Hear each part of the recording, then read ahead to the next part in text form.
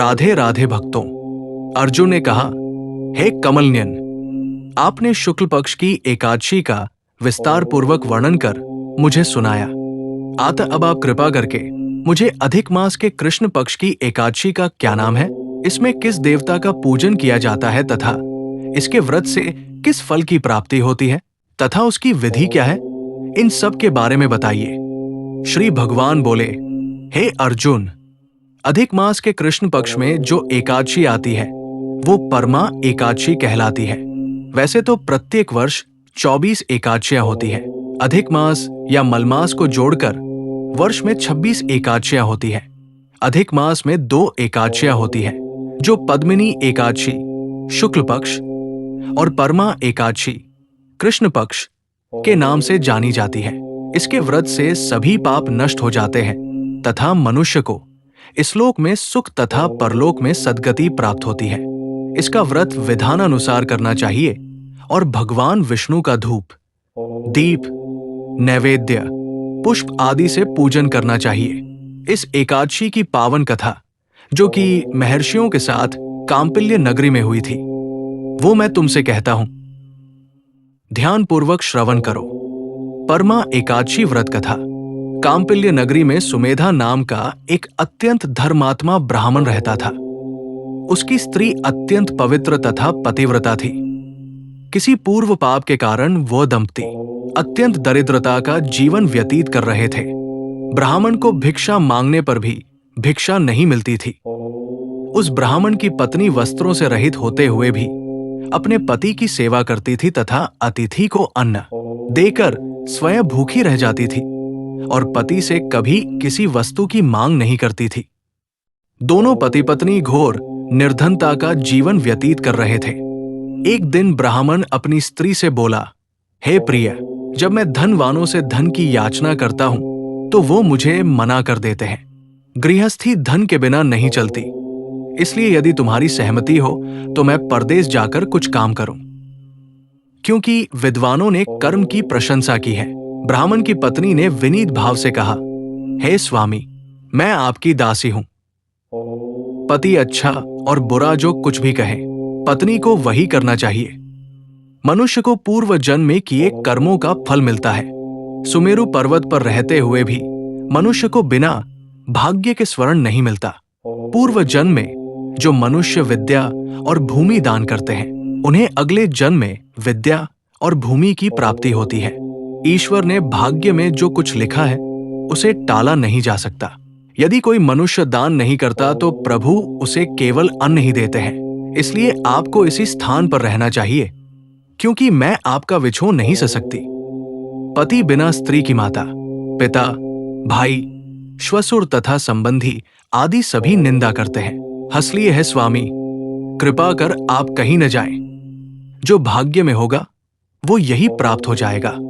स्त्री की सलाह मानकर ब्राह्मण परदेश नहीं गया। इसी प्रकार समय बीतता रहा। एक बार कौंडिन्य ऋषि वहां आए। ऋषि को उन्होंने आसन तथा भोजन दिया। भोजन देने के बाद पतिव्रता ब्राह्मणी ने कहा, हे ऋषिवर, कृपा कर आप मुझे दरिद्रता का नाश करने की विधि बतलाइए। मैंने अपने पति को परदेश में जाकर धन कमाने से रोका है। मेरे भाग्य से आप आ गए हैं। मुझे पूर्ण विश्वास है कि अब मेरी दरिद्रता शीघ्र ही नष्ट हो जाएगी।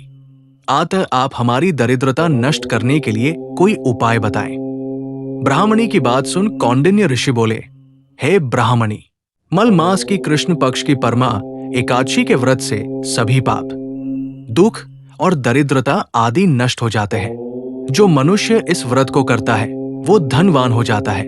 इस व्रत में नृत्य, गायन आदि सहित रात्रि जागरण करना चाहिए।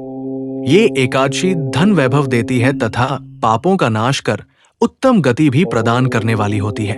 धनाधिपति कुबेर ने भी इस एकादशी व्रत का पालन किया था, जिससे प्रसन्न होकर भगवान भोलेनाथ ने उन्हें धनाध्यक्ष का पद प्रदान किया।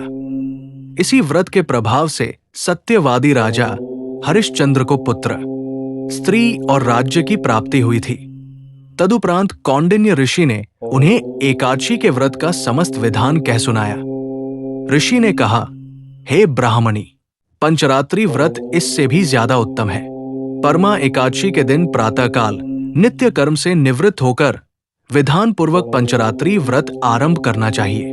जो मनुष्य 5 दिन तक निर्जल व्रत करते हैं वे अपने मापिता और स्त्री सहित स्वर्ग लोक को जाते हैं। जो मनुष्य 5 दिन तक संध्या को भोजन करते हैं वे स्वर्ग को जाते हैं। जो मनुष्य स्नान करके 5 दिन तक ब्राह्मणों को भोजन कराते हैं वे समस्त संसार को भोजन कराने का फल पाते हैं। जो मनुष्य इस व्रत में अश्वदान करते हैं उन्हें तीनों लोकों को दान करने का फल मिलता है। जो मनुष्य उत्तम ब्राह्मण को तिल दान करते हैं वे तिल की संख्या के बराबर वर्षों तक विष्णुलोक में वास करते हैं।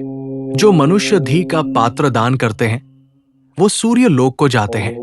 जो मनुष्य 5 दिन तक ब्रह्मचर्य पूर्वक रहते हैं वे देवांगनाओं के साथ स्वर्ग को जाते हैं। हे ब्राह्मणी, तुम अपने पति के साथ इसी व्रत को धारण करो। इससे तुम्हें अवश्य ही सिद्धि और अंत में स्वर्ग की प्राप्ति होगी। कौंडिन्य ऋषि के वचनानुसार ब्राह्मण और उसकी स्त्री ने परमा एकादशी का 5 दिन तक व्रत किया। व्रत पूर्ण होने पर ब्राह्मण की स्त्री ने एक राजकुमार को अपने यहां आते देखा। राजकुमार ने ब्रह्मा जी की प्रेरणा से एक उत्तम घर जो कि सब वस्तुओं से परिपूर्ण था उन्हें रहने के लिए दिया।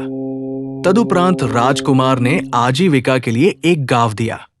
इस प्रकार ब्राह्मण और उसकी स्त्री की गरीबी दूर हो गई और पृथ्वी पर काफी वर्षों तक सुख भोगने के पश्चात वे पति पत्नी श्री विष्णु के उत्तम लोक को प्रस्थान कर गए।